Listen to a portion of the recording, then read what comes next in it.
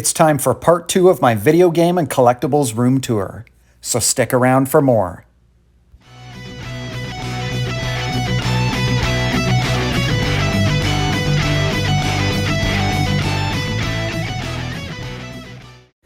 Hey guys, M here from Transformers and Video Games, and welcome back to the channel.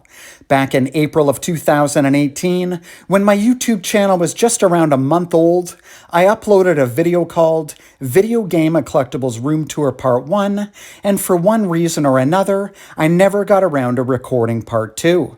So in order to celebrate my recent 3,500 subscriber milestone, I thought I'd finally rectify that. If you're not already subscribed to the channel and wanted to help me out, why don't you go ahead and hit that subscribe button right now? It doesn't cost you anything, and it really helps out the channel. Drop me a like if you enjoyed the video, or a dislike if you feel the need to, and be sure to leave me a comment. I really enjoy interacting with my viewers. Check out part 1 if you've never seen the video, or feel free to check it out again since it's been a few years since I uploaded it. Now, without further delay, let's get right into it. Alright, so to start things off, let's go straight to the top of the shelf, where I have my Super 7 He-Man and Skeletor. These are recent 80s style reissues of the figures, and Super 7 has actually done a really nice job on them. I have carded versions as well, but I went with the vintage import style box variants on this shelf since they do display a little bit easier. I have no interest in collecting Pops, but I made an impulse purchase and bought these 3 GNR figures when I saw them together at retail about a year or two ago. I don't think they made a Steve Adler or an Izzy Stradlin, so this is likely as close as I'll ever get to having the original lineup.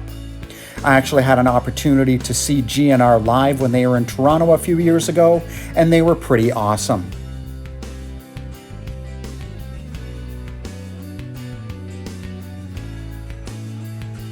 Through the magic of editing, let's get rid of these figures and take a look at the boxed Super Nintendo that I have in behind. I'm not an expert on variants or anything, but this is the Canadian bilingual boxed variant that came with Super Mario All-Stars, as you can see from the bottom left corner of the box.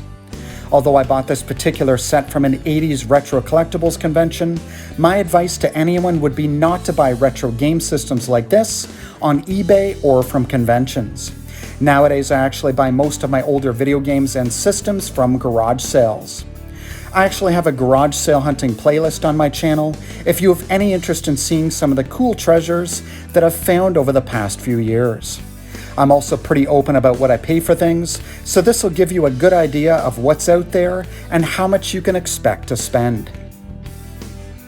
The figures in front are from Coleco's Rambo: The Force of Freedom line from 1986. These were very cool 6.5-inch tall, fully articulated action figures that were loosely based on characters from Rambo: First Blood Part 2, which was an action movie starring Sylvester Stallone that was released in theaters just a year earlier.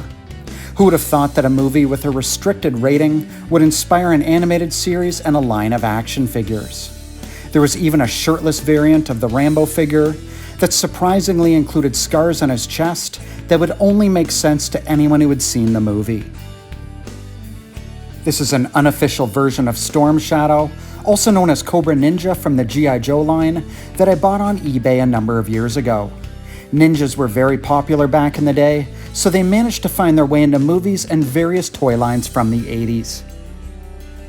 This is my Mario's Cement Factory mini arcade game, which was produced by Nintendo back in 1983. I bought this from a garage sale for $20 and actually did a video on it on my channel as part of my Will It Work series, where I test old electronics to see if they still work after decades of not being used.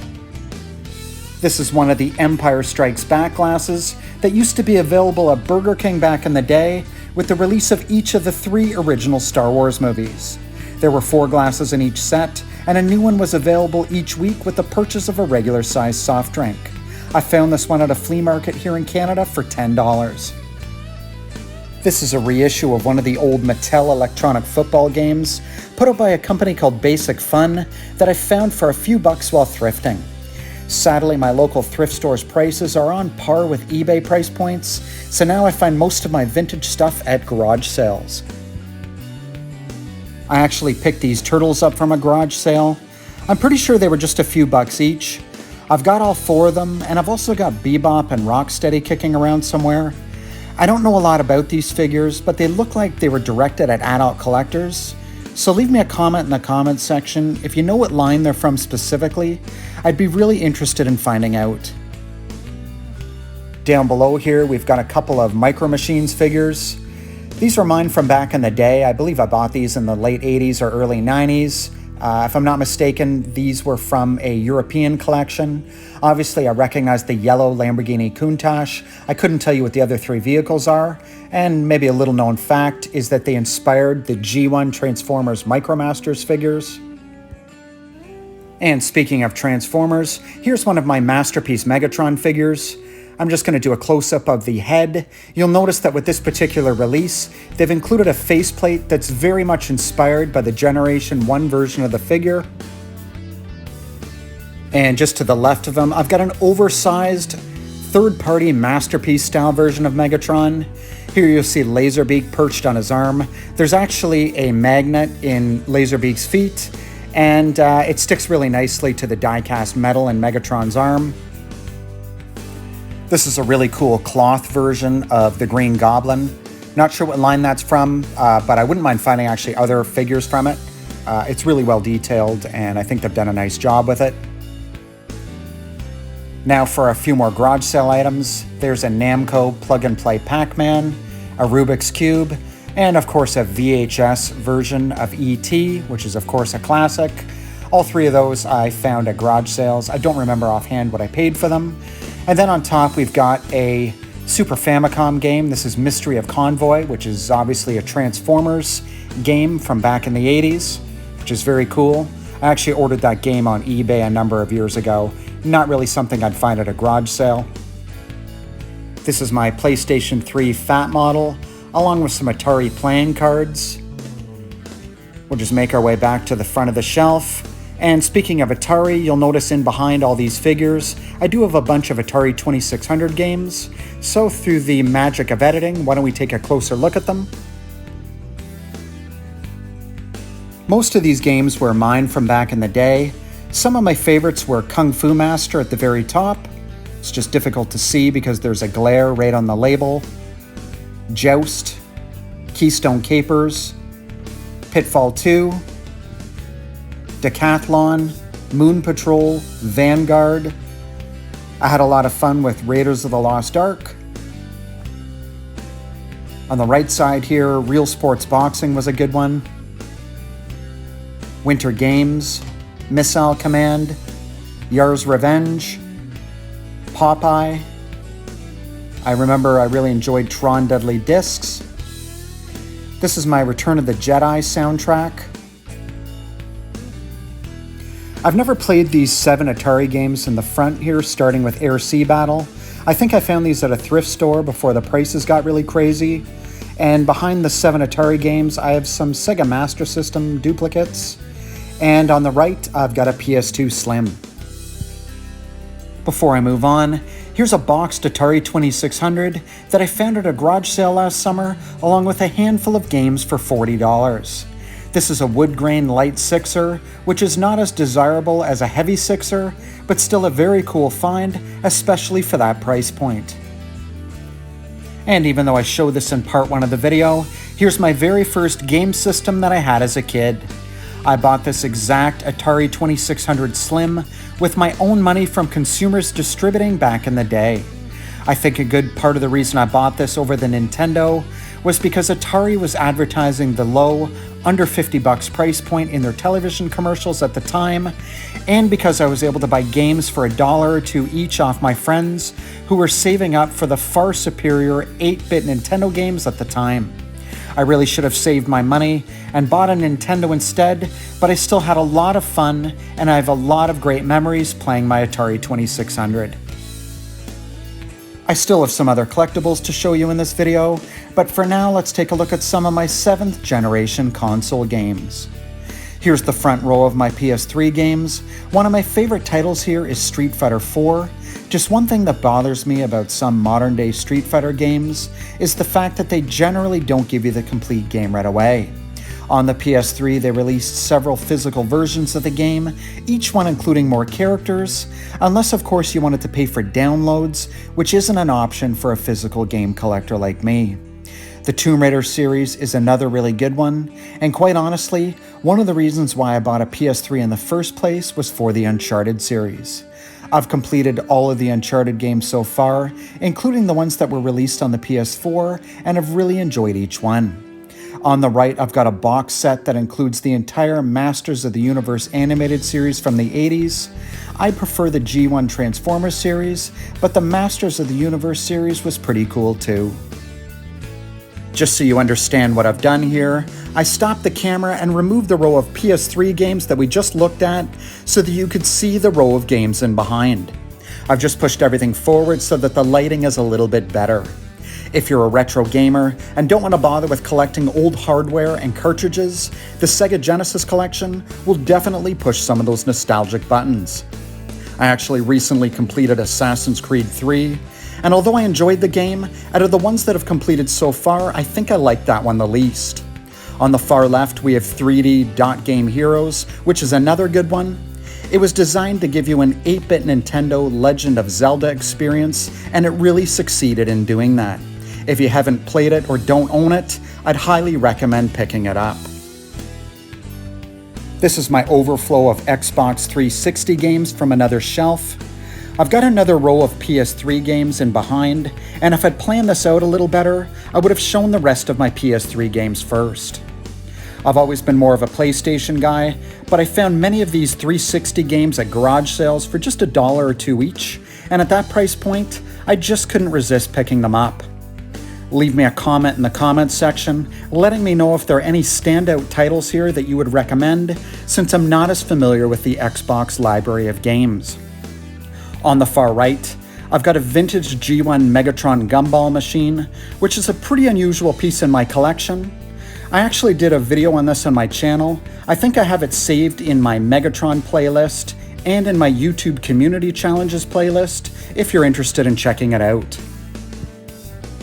It's funny, but since I don't normally look at my games all together on the shelf like this, I didn't realize how many PS3 games I actually have. A small fraction of these would have been bought brand new at full retail price. A larger percentage would have been bought used from EB Games for a fraction of the price.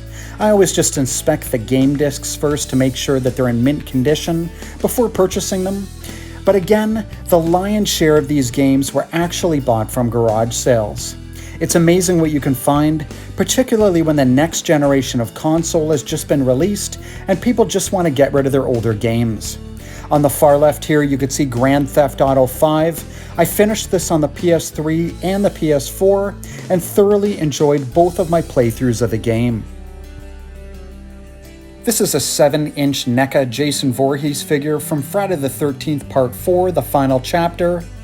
This was an impulse buy that I made one day. I think it was on sale, but the awesome packaging is what did it for me.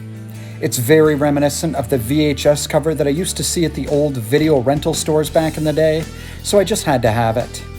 NECA actually has an older line of Friday the 13th figures with cloth clothing that I actually prefer over these ones.